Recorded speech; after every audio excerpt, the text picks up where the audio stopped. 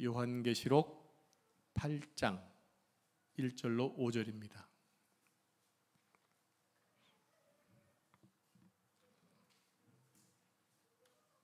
다 찾으셨나요? 한 절씩 교독하겠습니다. 일곱째 인을 떼실 때에 하늘이 반시간쯤 고요하더니 내가 봄에 하나님 앞에 7 천사가 서 있어 7 나팔을 받았더라. 또 다른 천사가 와서 제단 곁에 서서 금 향로를 가지고 많은 향을 받았으니 이는 모든 성도의 기도와 합하여 보좌 앞 금제단에 드리고자 함이라. 항연히 성도의 기도와 함께 천사의 손으로부터 하나님 앞으로 올라가는지라. 5절 같이 읽습니다. 천사가 향로를 가지고 제단에 불을 담아다가 땅에 쏟음에 우레와 음성과 번개와 지진이 나더라. 아멘.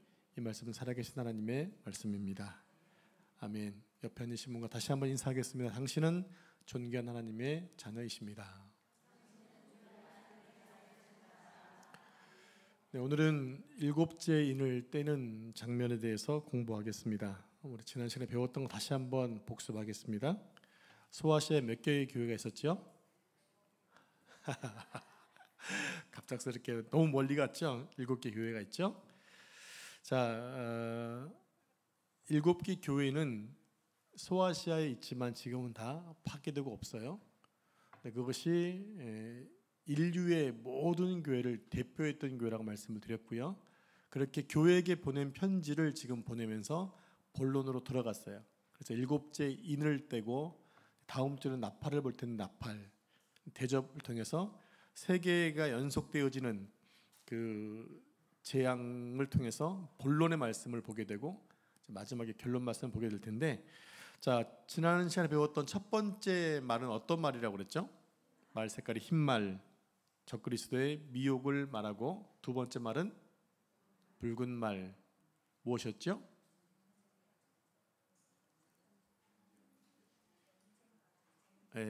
분쟁과 전쟁이다. 분쟁하게 다투게 되면 결국에 전쟁이 일어나니까.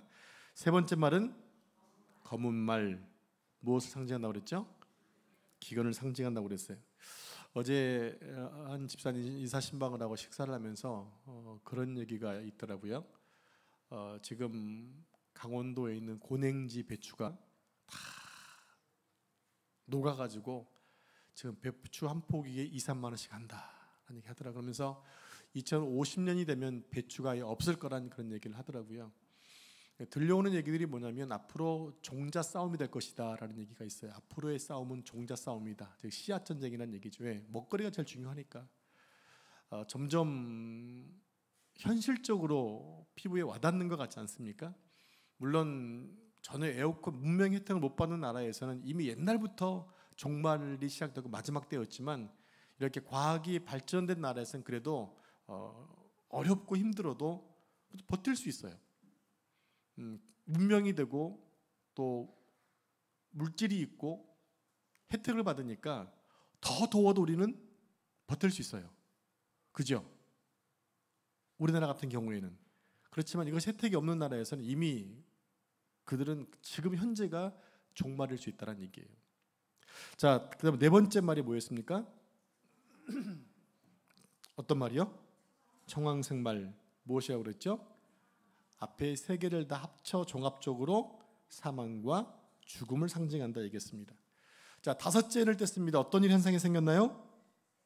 하늘 성소 제단 아래서 죽임당한 영혼들이 영원한 대주제이신 하나님께 뭐 했다? 기도했다고 그랬습니다. 여섯 번째 인, 지난주에 배웠죠? 어떤 일입니까? 세상의 모든 것은 다 사라지지만 영존하는 것, 영원하는 것이 있다고 말씀드렸어요. 여러분, 이 땅의 것은 다 사라질 겁니다. 그래서 사라질 거기 때문에 새 하늘과 새 땅이 있을 것을 말씀하고 있는 거예요. 그러면서 땅의 것은 다 없어지지만 영존하시는 하나님은 계신다. 그리고 하나님 앞에 누가 선다? 하나님을 믿는 자들은 선다고 말씀을 드렸습니다. 자, 오늘은 일곱째 인과 금 향로에 대해서 살펴보겠습니다. 일곱째 인과 금 향로입니다. 자, 먼저 한 가지 짚고 갈 것이 뭐냐면 요한계시록 7장은 건너뛰었죠. 지금 6장을 보다가 7장을 살짝 다루고 본문을 다루지 않았어요. 그리고 8장으로 넘어가고 있습니다.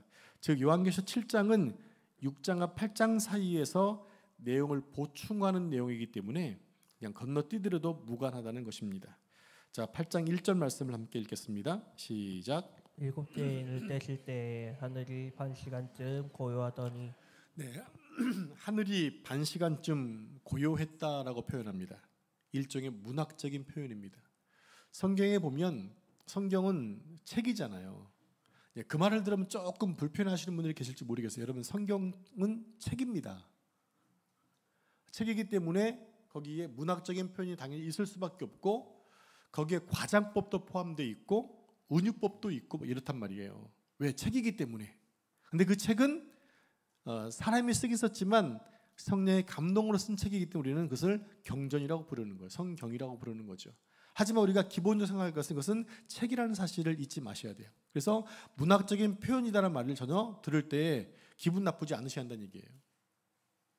이게 신학적인 정립이 안 되면 기분 나쁠 수 있는데 전혀 그러지 마세요. 자, 텔레비전에서 사극을 보면 가끔 이런 장면이 나오잖아요. 내관들이 주상전환합시오 하게 되면 이렇게 대전에 있던 사람들이 막 이렇게 막 왁작지껄 하다가 갑자기 침묵합니다. 침묵하고 누가 들어오나요?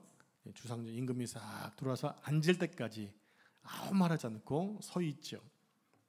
이때는 마치 숨소리도 들릴 만큼 정막강산인데 왕이 보좌에 앉기 전까지의 모습이 그렇다라는 거예요. 지금 하늘이 반 시간 동안 고요해졌다는 말이 바로 이 장면과 비슷해요. 그러면 이 반 시간의 짧은 고요한 시간은 뭐 하는 시간일까요? 이것은 주님 오실 때가 임박한 그 시간까지 성도들이 기도하는 시간임을 말하고 있습니다. 그 시간은 아주 조용합니다. 하늘에서 벼락이 내리는 것도 아니고 하늘에서 어떤 꾸지람이 있는 것도 아니고 어떤 징조가 있는 것도 아니었어요. 눈에 띌 만한 어떤 큰 사건도 없습니다. 그 시간에 성도들이 뭐 해야 되는 시간이냐? 기도해야 되는 시간이라는 거예요. 어떤 일이 일어나기 전까지 기도해야 하는 걸까요?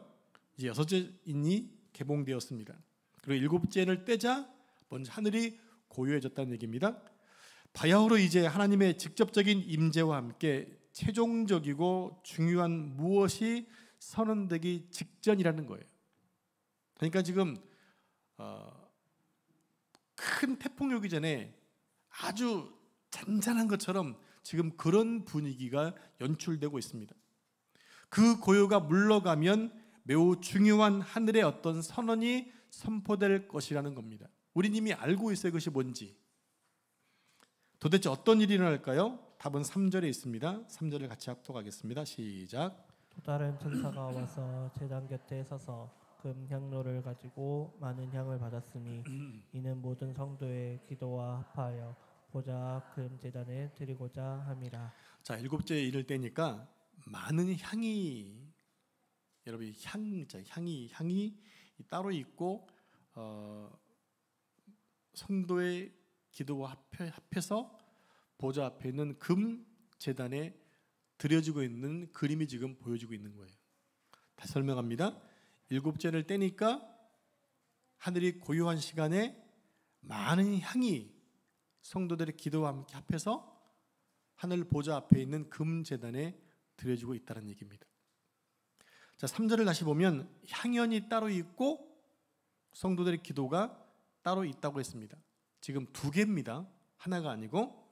그런데 계시록 5장 8절에 보면 향은 성도들의 기도라고 그랬어요.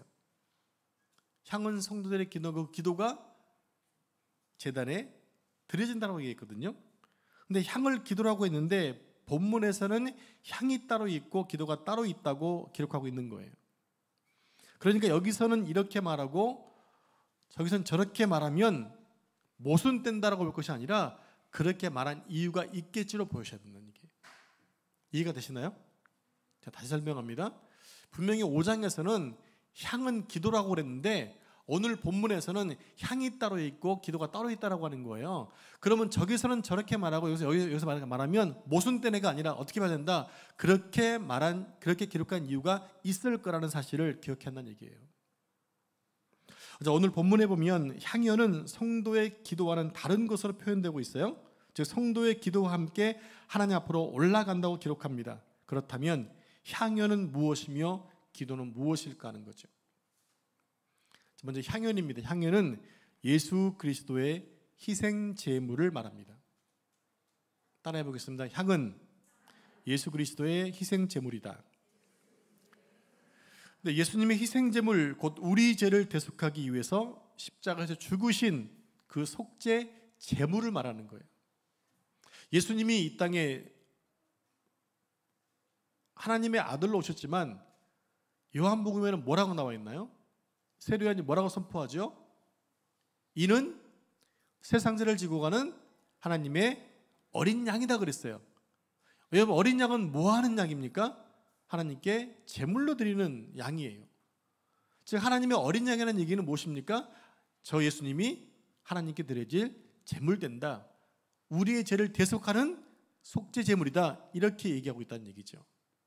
그래서 예수님의 희생 제물은 바로 향연으로 쓰여지고 있는 거예요. 에베소서 5장 2절 말씀 보면 자신을 버리사 향기로운 제물과 희생 제물로 하나님께 드리셨다라고 표현해요. 예수님은 당신의 몸을 버리셔서 향기로운 제물과 희생 제물이 되셨다. 뭡니까? 향기로운 제물이 되었다는 얘기예요. 당신의 몸으로.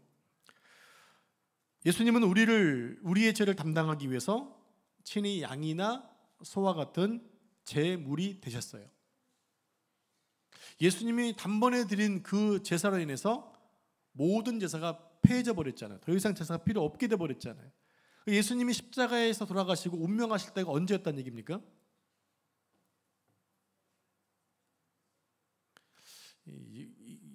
여러분, 제가 여러 번 말씀드렸으면 충분히 아셔야 되는데 그때가 예수님이 운명하실 때가 어떤 시간이었어요?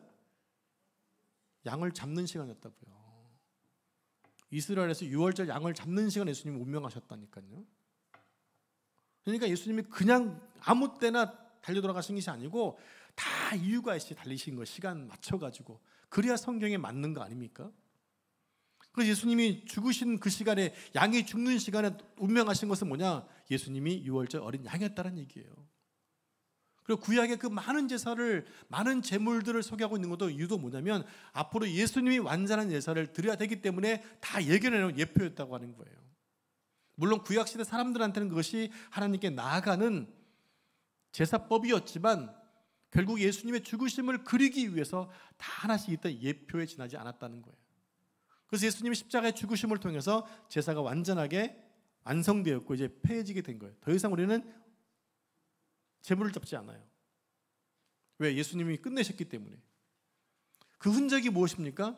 제단에 있던 성소와 지성소에 가려먹고 있는 휘장이 거기서부터 쫙 찢어지는 거예요. 그래서 우리가 직접 하나님을 배웠고 예배할 수 있게 되었고, 그럼 우리가 결국 뭐가 됐다는 얘기예요? 제사장이 되었다는 얘기예요.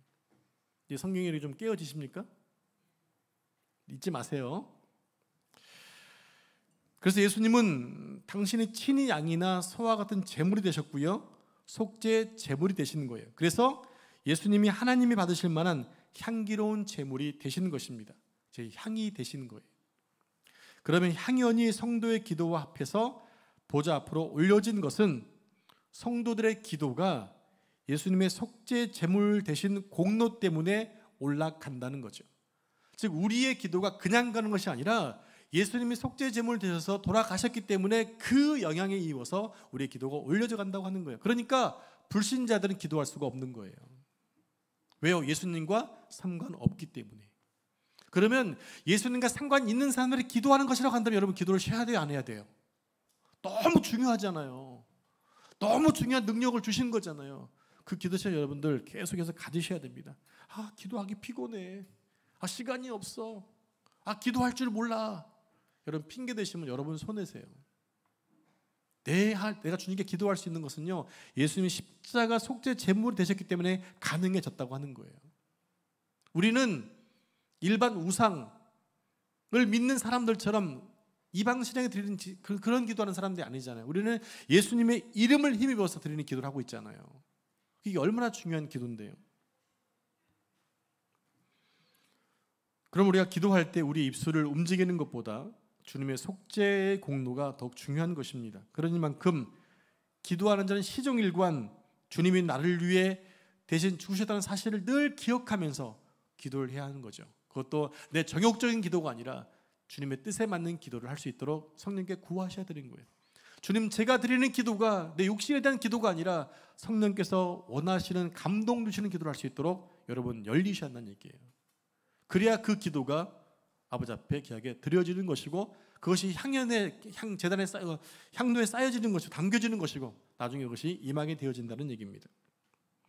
자, 우리가 하나님 앞에서 기도할 때 우리의 말이 마치 무슨 가치가 있어서 드려지는 것이 아니라고 하는 거예요. 오직 주님의 향으로, 주님의 제물로 우리의 말이 주님께 올라가는 것입니다. 그래서 우리가 정신 차려서 내 기도가 욕심껏 드리지 않도록 여러분 마음을 다해 기도하셔야 됩니다. 자, 요한계시록 5장 8절 말씀 같이 합작하겠습니다. 5장 8절 시작. 그 두루마리를 취하심에 내 생물과 24 장로들이 그 어린 양 앞에 엎드려 각각 거무 이 향은 성도의 기도들이라. 자, 이 말씀에서 성도들의 기도들이라고 했는데 이것이 어떤 기도냐는 거예요. 이것이 5번째 인을 뗐을 때 드렸던 성도들의 기도입니다. 요한계시록 6장 9절 10절 말씀, 제가 한 절씩 말씀을 교독합니다. 5째 인을 떼실 때에 내가 보니 하나님의 말씀과 그들이 가진 증거로 말미암아 죽임을 당한 영혼들이 제단 아래에 있어 큰 소리로 불러 이르되 거룩하고 참되신 대주제여 땅에 거하는 자들을 심판하여 우리 비를 갚아주지 아니하시기를 어느 때까지 하시려 하나이까 하니. 근데 지금 제단 밑에 있는 죽임당한 영혼들이 어떤 사람들인가요? 이 영혼들은 하나님 말씀을 붙들고 있다가 그 이유 때문에 죽임을 당했던 사람들이에요. 즉 순교자들이에요. 억울하게 죽어간 사람들입니다. 그런데 6장에서는 아직도 이들의 기도가 응답되지 않은 것처럼 보여져요. 그런데 오늘 본문 8장 4절에서는 상황이 완전히 달라져 있는 것을 보게 되는 거죠. 자, 본문 4절 말씀 같이 합독하겠습니다. 시작. 향연이 성도의 기도와 함께 천사의 손으로부터 하나님 앞으로 올라가는지라. 네, 기도가 어떻게 된다고요? 하나님 앞으로 올라간다는 얘기입니다. 이스라엘 백성들이 제단에서 제물을 하나님께 드린 것처럼 성도들의 그 기도가 제단에서 하나님께 제물로 드렸는데 그 제물은 다름 아닌 기도라고 하는 거예요. 그 기도가 이제 하나님께 올라갔다는 얘기입니다. 그리고 금향로에 담겨진 향연만이 하나님의 자정하신 지성소로 들어갈 수 있는 것처럼 성도들의 기도도 하나님께 나아갈 수가 있게 되었다는 얘기죠. 하나님은 그 기도의 향연을 받으셨고 마침내 그 기도의 응답으로 하나님을 대적하고 또 성도들을 박해했던 세상과 악인들에게 심판이 쏟아지게 되었다라는 겁니다. 여기서 우리는 기도한 사람은 이미 죽고 역사 속으로 사라졌지만 하나님께 기도 드린 것은 남아있다는 것을 알 수 있어요. 살아있을 때는 전혀 응답되지 않는 것처럼 보이던 기도가 하나님의 제단에 보존되어 있는 광경을 볼 수 있다는 겁니다. 땅에서는 그 기도가 언제 이루어지다가 아우성쳤지만 하늘 성소에서는 하나도 버려지지 않고 하늘 보좌 앞에 있는 향로에 다 담겨져 있다라는 겁니다. 그럼 우리는 기도하기를 쉬지 않아야 합니다. 왜냐하면 하나님이 다 기억하고 계시기 때문에 그래요. 그 때가 아직 안 됐을 뿐이지 아버지 앞에 모여진 것은 어느 순간에 쏟아질 날이 온다는 거죠. 그러니까 우리의 기도가 어떤 기도가 되어야 될까요? 하나님의 나라와 하나님의 의를 위한 기도가 되어야 한다는 얘기입니다. 맞습니까? 근데 성경은 분명히 말씀하시기를 예수님 하신 말씀이 뭡니까? 너희는 먼저 그의 나라 그의 의를 구하면 이 모든 것을 너에게 더해 주시겠다 말씀하셨어요. 이 모든 게 뭐는가요? 우리가 기도하는 먹고 마시고 입는 것, 그거는 다 이방인들이 구하는 것이다 분명히 말씀하셨어요. 그러면서 뭐하라? 먼저 그의 나라 그의 의를 구하라. 그걸 구하면 너희가 앞에서 구한 것 다 덤으로 줄게. 이게 예수님의 말씀이에요.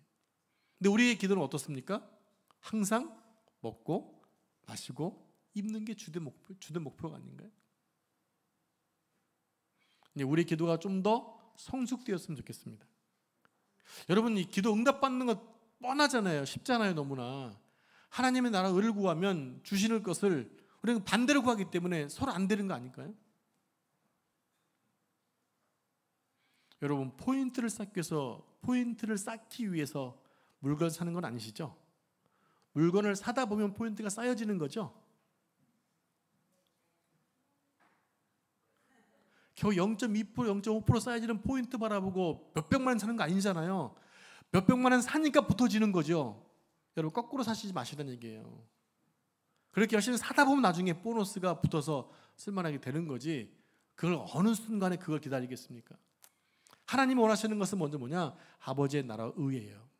그거를 성도들이 많이 구하면 그게 너무 귀해서 하나님이 먹는 거 입는 것을 주신다고 하시는 거예요.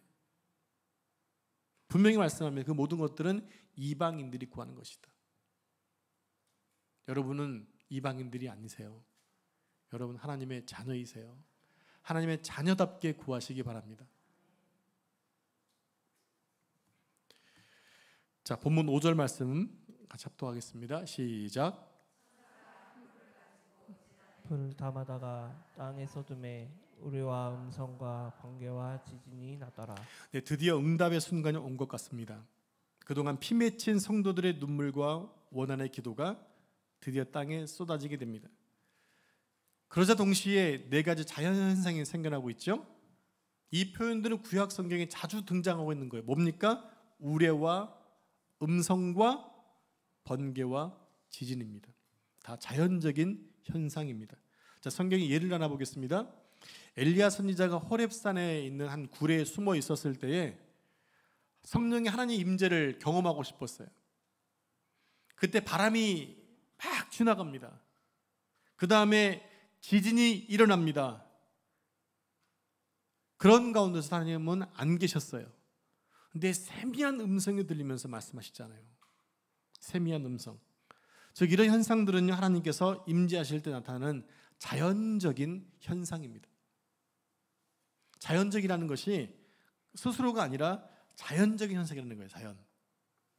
자, 그리고 모세가 시내산에서 율법을 받을 때에도 우레와 천둥이 치고 땅이 흔들렸습니다.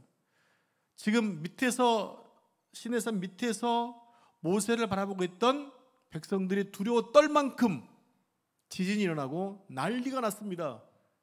그러니까 그들이 뭐라고 하냐면, 하나님이 말씀하게 하지 마시고 모세 당신이 말씀해 주십시오, 이렇게 얘기할 정도였어요. 왜? 너무나 음성이 크게 들리니까.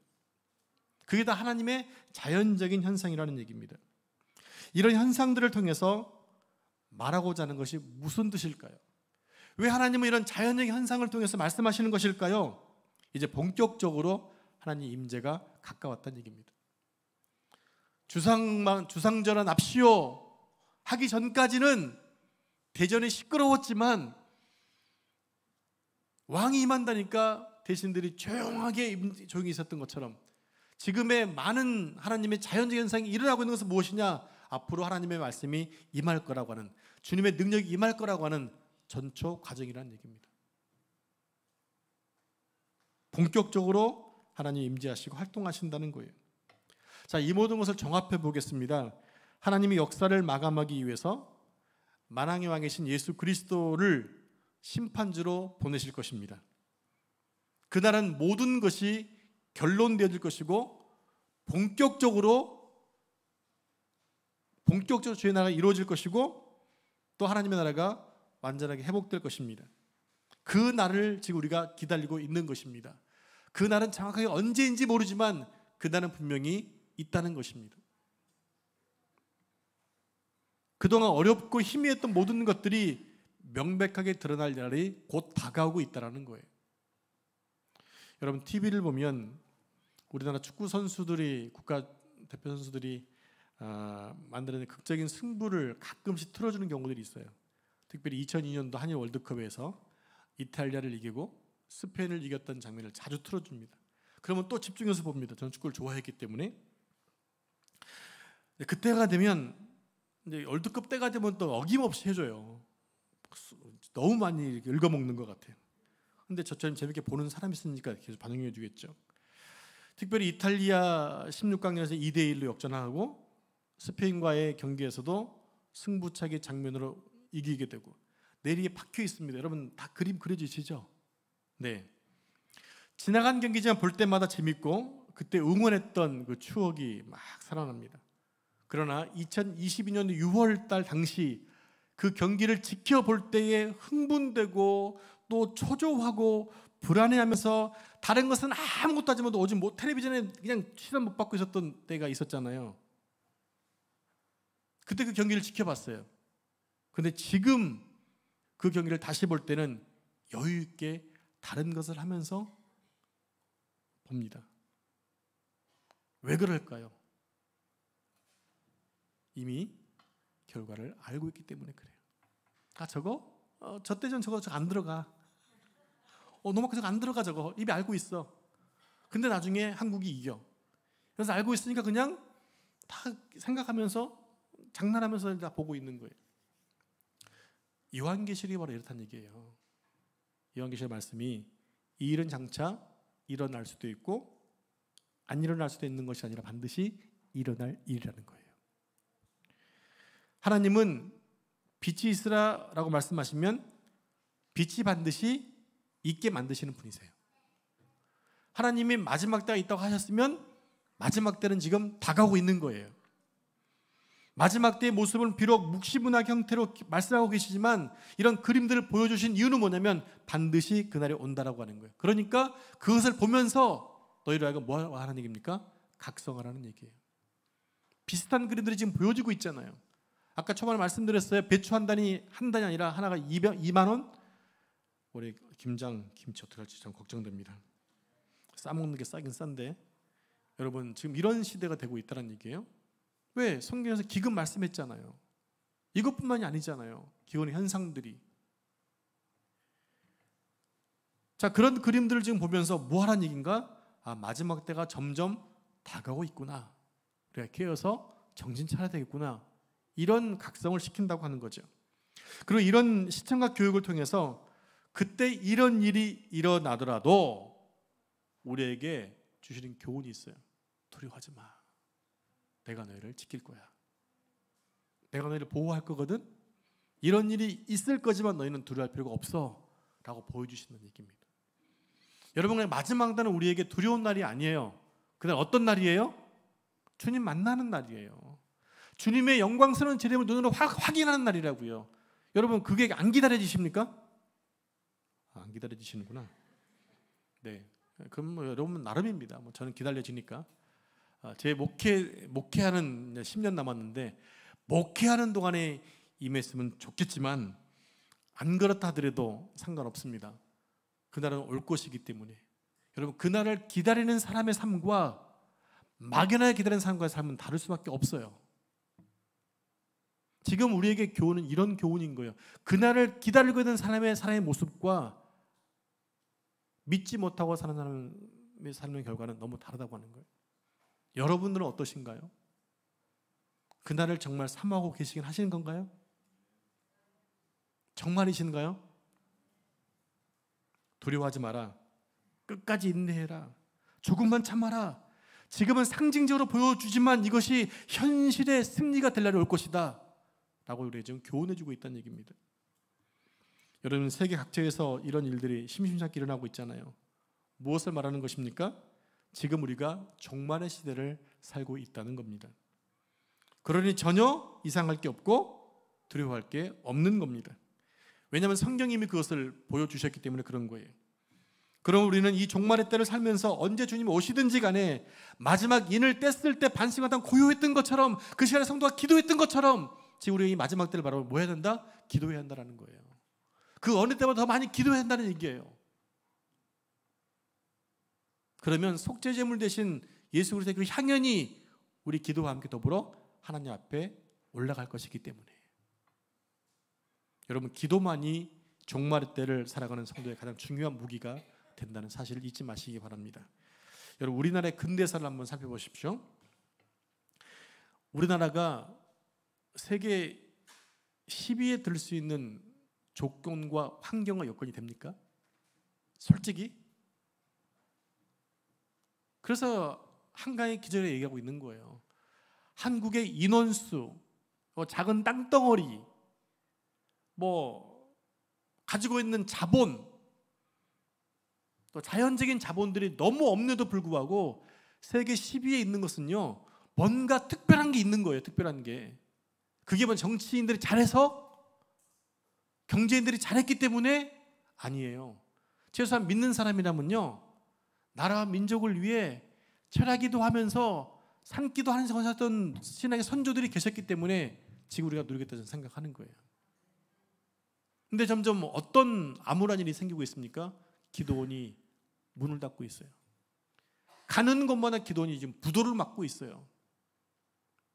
금요 기도 시간에 모이라도 안 모여요. 너무너무 기도하지 않아요. 우리 다음 미래 세대들에게 소망이 있을까요? 저는 없다고 봅니다.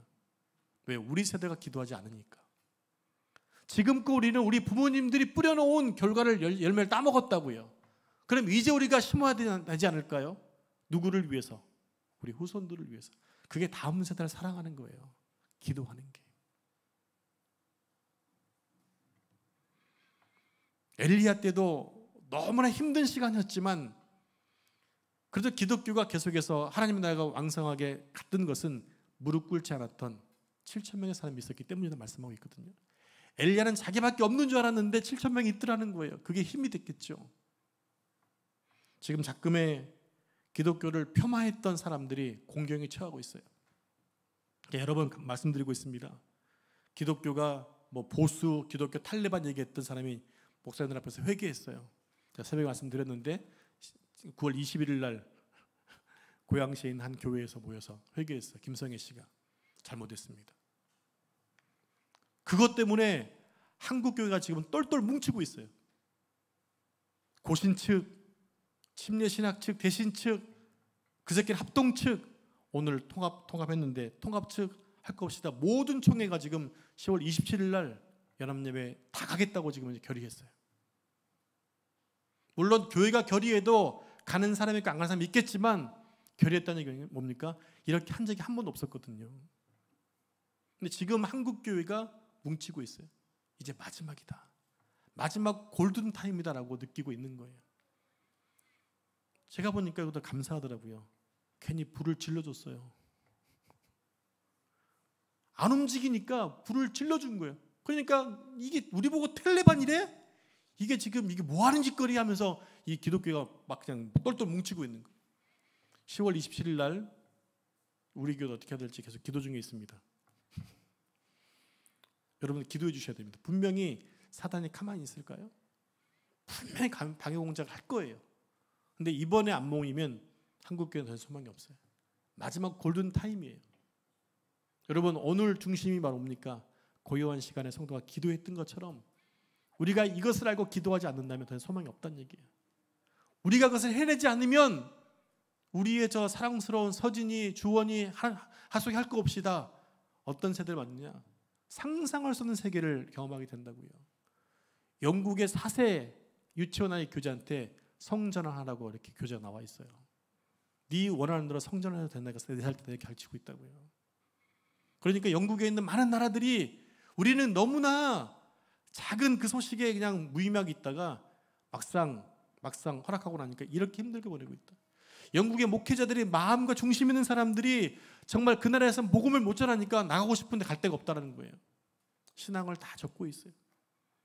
영국에 있는 1%의 교인들이 출석 안 하고 있대, 교회를. 끝난 거예요.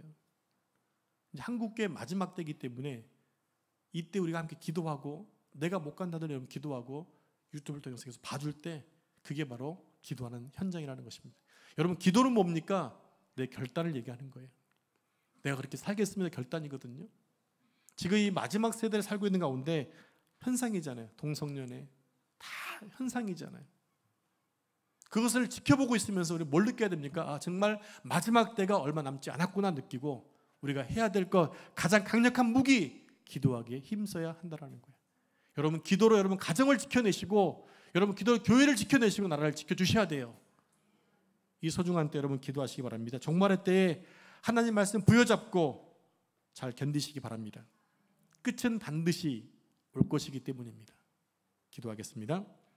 하나님 종말의 때에 기도하기를 쉬지 않게 하셔서 아버지 하나님 우리에게 종말을 주신 것은 아버지의 나라가 임할 것을 보여주신 것이고 이 땅의 모든 제약들이 제거되고 정화되기 위한 과정인 줄로 믿습니다. 이 안에 우리가 믿음의 길 가기가 쉽지 않고 어렵지만 이미 성경에서 말씀하고 있는 것이기에 우리가 주의 말씀을 부여잡고 믿음으로 기도하여 넉넉히 이길 수 있도록 도와주시고 주님 오시는 그 순간까지 아버지의 나라를 위해 기도하기를 쉬지 않는 저희가 될 수 있도록 도와주옵소서. 이 모든 말씀을 거룩하신 예수님의 이름으로 기도합니다. 아멘.